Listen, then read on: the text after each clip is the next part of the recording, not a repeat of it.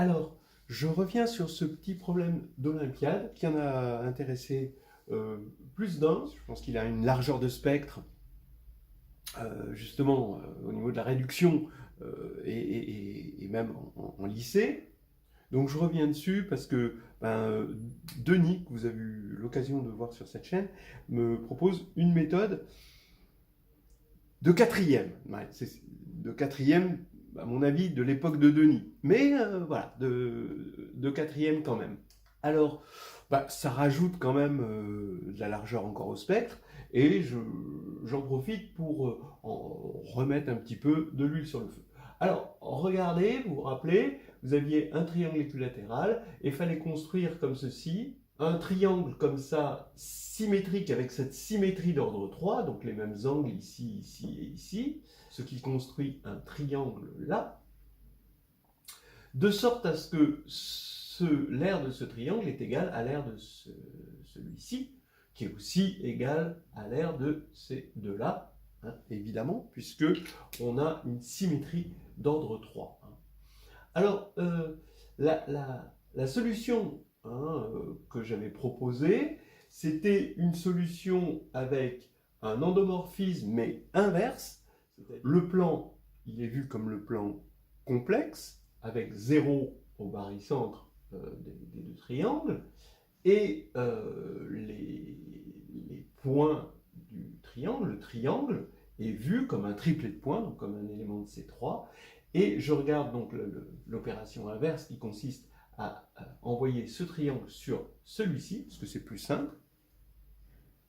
Eh bien, j'ai ici une application linéaire de C3 dans C3, donc ça a été fait, hein, qui est donnée par cette matrice-là, d'accord, où petit x, eh ben, c'est cette longueur-là, BA', qui est aussi égale à CB', qui est égale aussi à AC'. Et j'ai rapporté ici, donc 1 moins x, c'est A'C, parce que j'ai normalisé de sorte à ce que ce triangle soit de longueur 1. Voilà. J'ai trouvé que donc cette matrice, c'est P de J, hein, où J, hein, c'est cette matrice-là, hein, 0, 1, 1, 0, 0, 0, 0, voilà, la matrice du 3 cycles. Et donc, P de J, où P c'est le polynôme, 1 moins x grand X plus x grand X2. Hein, donc ça, c'est facile de la réduire, et les vecteurs propres sont les mêmes vecteurs propres. Hein, donc cette matrice P de J, là, c'est les mêmes vecteurs propres que pour J, c'est-à-dire 1, 1, 1, 1 JJ2, 1 J2J, d'accord, ça c'est assez connu pour les matrices de 3 cycles, et les valeurs propres, c'est P de 1, P de J, P de J2, avec P de 1 égale 1. Alors, quelle est l'interprétation géométrique qu'on en fait? Eh bien, c'est qu'on a finalement, d'accord, des vecteurs propres. Ça veut dire qu'on va envoyer un triangle sur, hein, puisqu'un élément de C3, c'est un triangle, sur un autre triangle, qui va être semblable. Puisque multiplié par un complexe, multiplié par une valeur propre, ça revient à deux triangles semblables. D'accord? Alors en plus, semblable et centré sur O. Bon. Donc voilà. Donc c'est normal que 1, 1, 1 soit, d'accord, soit vecteur propre pour la valeur propre 1. Ça veut dire que si vous avez un triangle dégénéré en un point, donc le point 1, 1, 1, eh ben, ou n'importe quel point, parce que vous avez n'importe quel élément de la droite engendré par C, donc si vous prenez lambda, lambda, lambda, ça va être un complexe, où lambda est un complexe, ça va être le complexe lambda. Donc vous avez le triangle en lambda, et ben lui, quand on va faire cette construction, vous allez tomber sur lui-même. Ça, c'est normal. Mais vous avez ce triangle-là, le triangle 1J, J2, qui va être de valeur propre P de J. Ça veut dire que quand on va partir du triangle 1J, J2, qu'on va faire cette construction du petit vers le grand, alors on va avoir un triangle semblable, et ça c'est le rapport de similitude, le rapport complexe de similitude. Voilà. Et ça, c'est le triangle dans l'autre sens. Alors vous allez me dire, ce triangle-là, ça ne peut pas être 1JJ2 parce que c'est un triangle de côté 1. Bon, bah oui, bien sûr, mais en fait, ce triangle est vecteur propre aussi, puisqu'il est semblable, il est équilatéral, donc semblable au triangle 1JJ2, avec même centre de gravité. Ça veut dire que quitte à multiplier par un complexe, eh bien, on va avoir ce triangle-là, d'accord, et qui sera, puisqu'on a multiplié par un complexe, il sera toujours vecteur propre. Voilà. Donc, vous voyez que ce triangle est vecteur propre pour la valeur propre P de J.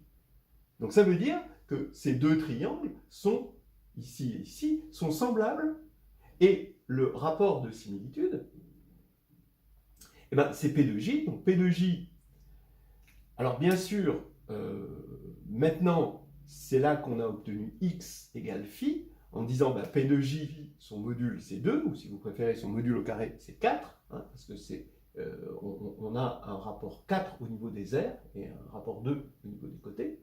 Voilà. Donc c'est ça qui nous a donné une équation, et donc x égale phi, je ne reviens pas là-dessus. Et maintenant, P de J est égal à forcément 1 moins phi, ben, la J plus phi J2. Voilà. Alors, maintenant, qu'est-ce que ça nous donne? Ben, ça nous donne 2 au niveau des modules, et, bon, on peut faire un calcul, un certain bêta, que l'on peut calculer à partir de phi et de j, et ben, un certain bêta comme argument. Alors, qu'est-ce que c'est bêta? Quelle est son interprétation géométrique? 2, c'est facile, c'est-à-dire que les côtés ont été doublés. Alors, ça, c'est le module, hein, du rapport de similitude. Mais l'argument, hein, du rapport de similitude, eh ben, c'est de combien on a tourné. Donc c'est ici, vous voyez, on est passé de là à là, et vous avez ici bêta, comme ceci. Voilà. Alors, c'est pas difficile de faire un petit... Donc, pour faire le lien entre bêta et alpha, c'est pas difficile de faire une petite construction symétrique, d'accord, pour voir quel est cet angle-là, et puis ensuite pour retrouver à partir de bêta, donc cet angle il s'écrit facilement en fonction de bêta, je vous laisse le faire, et vous trouvez à la fin que alpha, si vous voulez retrouver alpha, l'angle d'inclinaison ici, on a 5pi sur 6 moins bêta. Maintenant, je reviens sur la méthode de Denis. Il me dit, tiens, j'ai une méthode de quatrième. Parce qu'il y avait la méthode de Jean-Jacques qui le faisait avec la formule de Héron. Hein, la formule d'Héron, hein, qui disait, ben, cette surface, c'est au carré, hein, c'est un certain produit qui implique le demi-périmètre. Voilà. Et donc, on avait une équation. Mais, bien sûr, du coup, on loupe un certain nombre de gens qui ne connaissent pas la formule d'Héron, et on peut faire quelque chose encore plus simple. Regardez, je reprends ce triangle, d'accord, voilà, et ici, j'ai x, ici, bien sûr, et ici, j'ai 1 moins x, bien sûr, d'accord, donc ça, c'est là. Mais je vais appeler ici petit h, donc la hauteur, d'accord, et ici petit a. D'accord, voilà, petit h la hauteur, là, petit a, et là forcément c'est 2 moins a parce que BC était égal à 2, hein, je vous rappelle. Donc ici vous avez ça, et bien d'abord on dit que la surface de ce triangle c'est h fois 2 sur 2, d'accord, c'est la moitié du rectangle. Et ici ça fait h, mais cette surface c'est le quart de cette surface-là, qui est égal à racine de 3, donc ça fait racine de 3 sur 4, hein, parce que c'est le triangle équilatéral de côté 2. Donc ça fait que H2, c'est 3/16e. Ensuite, on écrit Pythagore, donc H2 plus A2 égale X2, H2 plus 2 moins A carré égale X moins 1, là c'est plutôt X moins 1, pardon, au carré. Et puis, bon, ben voilà, on travaille un petit peu là-dessus. Je remplace H2 par 3/16e et je multiplie par 16. Ça me fait ça. D'accord? Donc ça, vous en êtes assez convaincu.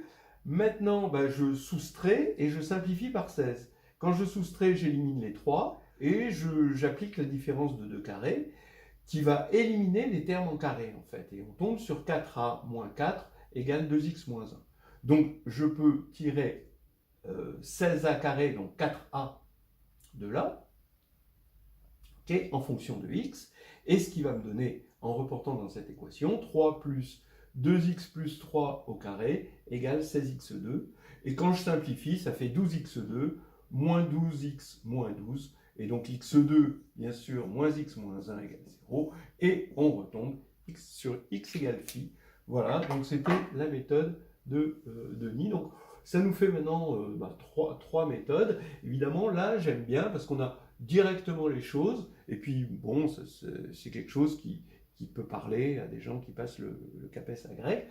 Et en même temps, on a, avec la formule d'Héron et avec le théorème de Pythagore et quelques petites équations. Je ne sais pas si au niveau algébrique, les quatrièmes pourraient faire ça, mais bon, disons, là, ça peut s'attaquer en seconde, quoi.